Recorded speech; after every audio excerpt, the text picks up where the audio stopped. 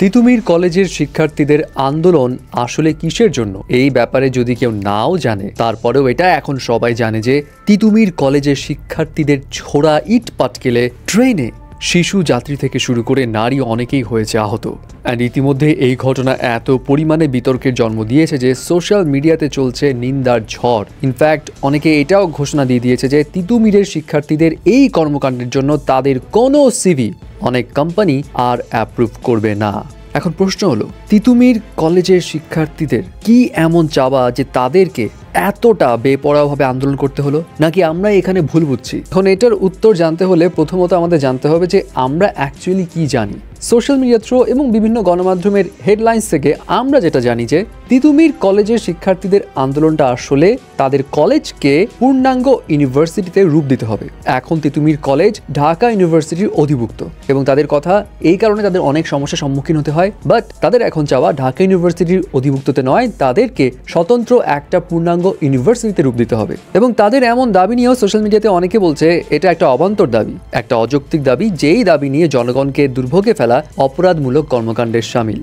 But এটা তো আমরা জানলাম জাস্ট সোশ্যাল মিডিয়া এবং খবরের হেডলাইন্স থেকে, কিন্তু ভিতরের খবরটা আসলে কি? তাদের দাবিটা আসলে এমন কেন? কি কি সমস্যা তাদের ফেস করতে হয়? এটার ভিতরে কি কেউ জানতে চেয়েছে? গণমাধ্যম থেকে বেশ কয়েকজন তিতুমিরের শিক্ষার্থীরাই জানান পূর্ণাঙ্গ ইউনিভার্সিটিতে তাদের কলেজকে রূপ দিতে হবে, এটা তাদের একমাত্র দাবি ছিল না। তাদের মূল দাবি ছিল শিক্ষা ব্যবস্থার পরিবর্তন। চলমান শিক্ষা ব্যবস্থায় জাতীয় বিশ্ববিদ্যালয়ের একজন শিক্ষার্থীর পড়াশোনা শেষ করতে করতে 7 থেকে 8 বছর সময় লেগে যায় এবং এই 7 থেকে 8 বছর পড়াশোনা করার সময় থাকা খাওয়ার যে যাবতীয় খরচ থাকে, যে সময় নষ্ট হয়, এদিকে কেউই তাকায় না, কেউ ওভাবে বুঝতে চায় না। যারা ফেস করে তারাই একমাত্র টের পায় যে তাদের উপর দিয়ে কি ঝড় যাচ্ছে এবং তারা চায় এই সেশন ঝড় থেকে মুক্তি পাক শিক্ষার্থীরা। তাদের আরো কথা, তিতুমির কলেজে প্রত্যেকটা বিভাগে শিক্ষকের সংকট, ল্যাব ফ্যাসিলিটিস নেই এবং দীর্ঘদিন ধরে এই সংকটের কোনো সুরাহা হচ্ছে না। তারা অনেকদিন ধরে এগুলো নিয়ে কমপ্লেন করে আসছে, বেশ কয়েকবার দফায় আন্দোলন করেছে, বাট কোনো রকম সুরাহা না পেয়ে তাদের বাধ্য হয়ে সড়কে নামতে হয়েছে।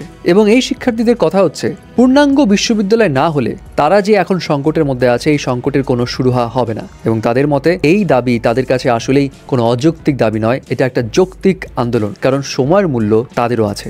এখন তিতুমির কলেজের শিক্ষার্থীদের এই কথাগুলো শুনে অনেকের মনে হয়েছে আসলেই শিক্ষা ব্যবস্থার কারণে তারা যে কঠিন ফেজ পার করছে, এতে তাদের মেন্টাল অবস্থা অনেকটা ভেঙে পড়ার মতো। এবং পূর্ণাঙ্গ ভার্সিটি হোক বা না হোক, সেইটার থেকে বড় বিষয় শিক্ষা ব্যবস্থার পরিবর্তন করতে চেয়ে শিক্ষার্থীদের যে আন্দোলন, সেটাতে আসলে কর্তৃপক্ষের আমলে নেওয়া উচিত। কিন্তু দাবি আদায়ের নামে তারা যেটা করছে, সাধারণ মানুষের গায়ে ইট পাটকেল ছোড়া কিংবা তাদেরকে আহত করা, এটা কোনোভাবেই কাম্য নয় এবং এমন কাজে যারা জড়িত ছিল তাদের আসলেই শাস্তির আওতায় আনা উচিত।